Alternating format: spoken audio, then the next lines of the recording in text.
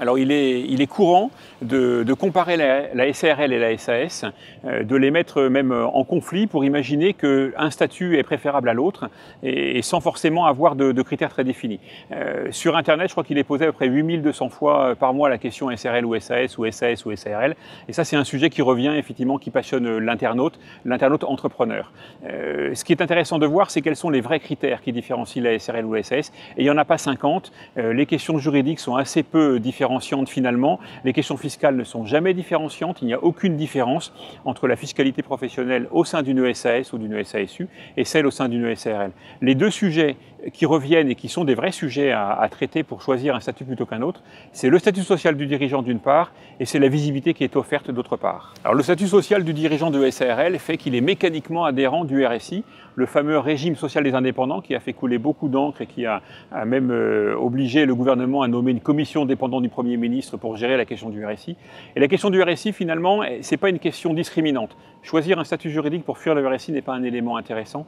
Il a été écrit beaucoup de choses, certes, ils sont plus ou moins bien organisés, certes, il faut vérifier les appels de cotisation pour s'assurer que c'est bien les bons calculs, mais sur le fond, la protection sociale de quelqu'un qui est au RSI est la même à des petits points de détail près de celle de quelqu'un qui est en SAS, d'une part, et d'autre part, le coût des cotisations est divisé par 2 par rapport à celui d'un cotisant dans le régime général de la Sécu du schéma SAS. Une des grosses critiques qui a été faite sur le RSI, c'était le fait qu'il, entre guillemets, plantait des sociétés par des gros rappels de charges qui intervenaient 6 mois, 8 mois, 1 an après.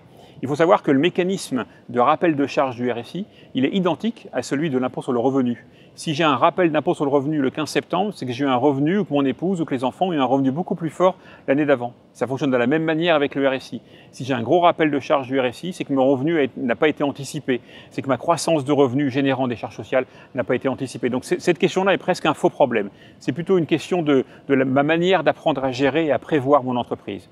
Donc mettons-la de côté. Et le sujet de savoir si on a intérêt à être au RSI, c'est plutôt est-ce que j'ai intérêt à être protégé socialement par la RSI, à cotiser au RSI et éventuellement par des complémentaires de retraite par capitalisation. Alors les statuts de SARL sont a priori plus simples à rédiger que ceux de SAS parce qu'on imagine, et on lit bien le texte de loi, que le législateur a laissé, lorsqu'il a créé la SAS, une grande capacité, une grande liberté aux actionnaires de SAS de rédiger les statuts.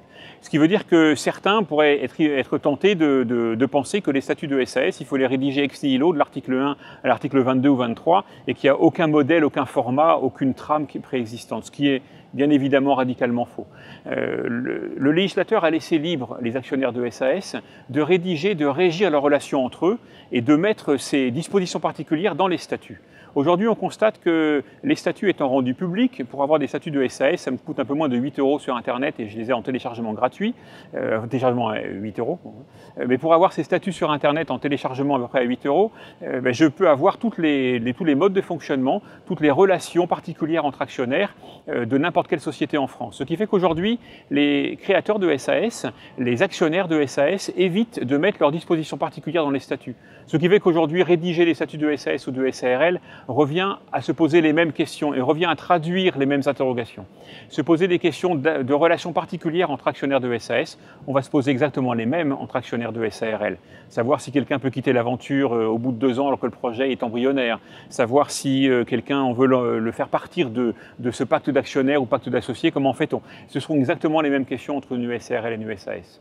En revanche, dans le mode de fonctionnement, dans la loi qui régit les actionnaires, les relations entre les actionnaires de SAS, là pour le coup une grande liberté est laissée et c'est pour ça d'ailleurs que les investisseurs, notamment institutionnels ou business angels, préfèrent rentrer dans des SAS parce qu'il va être permis, il va être pratique de définir des clauses particulières qui vont définir des droits spécifiques à tel ou tel type d'action, ce qui n'est pas possible en SARL. Alors finalement, ce qui différencie une SAS d'une SARL, ça va être les deux questions, la visibilité et le statut social. Et aujourd'hui, on va choisir un statut plutôt qu'un autre, une SAS plutôt qu'une SARL, en vertu de ces deux questions-là, avec en plus la question de la levée de fonds, notamment pour les startups, et la question de l'investisseur. Pas l'investisseur de la love money, pas l'investisseur de mon oncle ou de ma tante qui va intervenir dans la société, mais l'institutionnel, éventuellement une structure d'État, une structure du Conseil général qui va avoir un rôle public. Et dans ce cadre-là, on va choisir systématiquement une SAS. La SARL va être privilégiée pour les entrepreneurs qui vont vouloir se rémunérer au sein de cette structure-là et qui ont du temps avant de pouvoir partir en retraite. Et dans les projets, on va avoir un entrepreneur qui est jeune et qui veut monter une SAS parce qu'il va faire rentrer un investisseur, parce qu'il a besoin d'une visibilité particulière, notamment dans le monde de l'Internet. Dans ce cas-là, il va souvent créer une SAS qui va être connue du grand public, de ses clients, des internautes, des investisseurs financiers et institutionnels. Et puis derrière, il aura une SARL qui va lui servir de lieu de rémunération au sein de laquelle il va pouvoir disposer de la trésorerie comme il l'entend pour rémunérer lui-même, pour salarier son épouse, pour organiser sa protection sociale comme il l'entend. Alors quel est le meilleur statut social, celui de SARL ou celui de SAS? La question va être traitée en se posant la durée vis-à-vis de mon départ possible en retraite. Aujourd'hui, il est clair que la rentabilité ne cessant de baisser dans les régimes par répartition, on a plutôt intérêt à cotiser moins sur ces régimes-là, donc privilégier un régime de SARL. On ne peut pas s'exonérer de cotisation dans le régime par répartition, qui est d'ailleurs un des fondements du système mutualiste qu'on a en France depuis un certain nombre de décennies, mais on va cotiser peut-être moins dans un régime notamment SARL versus RSI, et pouvoir compléter ces cotisations de retraite par des régimes de retraite par capitalisation. Et là, sur une durée longue de cotisation, et la durée longue de cotisation s'apprécie par rapport à plus de 10 à 12 ans avant son départ en retraite, on va pouvoir réellement être protégé nettement mieux et surtout avoir beaucoup plus de capacité à organiser cette optimisation sociale.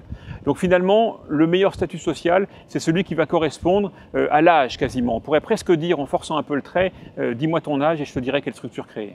Et quant au choix du statut social, du statut juridique entre SARL ou SAS, on a mis en place un algorithme sur le site de la Maison de l'Entrepreneur qui s'appelle AppStatut, qui est une application gratuite où en 4 ou 5 questions, selon si vous êtes demandeur d'emploi, vous pouvez voir affiché sur l'écran, en répondant à ces questions-là, le statut juridique qui nous paraît le meilleur et avec toute la réflexion qu'on a apportée sur la partie sociale, la partie visibilité. Et puis si vous voulez demander également un rapport, vous recevez dans la minute qui suit un rapport de 5 pages en PDF qui vous explique pourquoi on a choisi pour vous ce statut-là plutôt qu'un autre et quelles sont les manières idéales de vous rémunérer.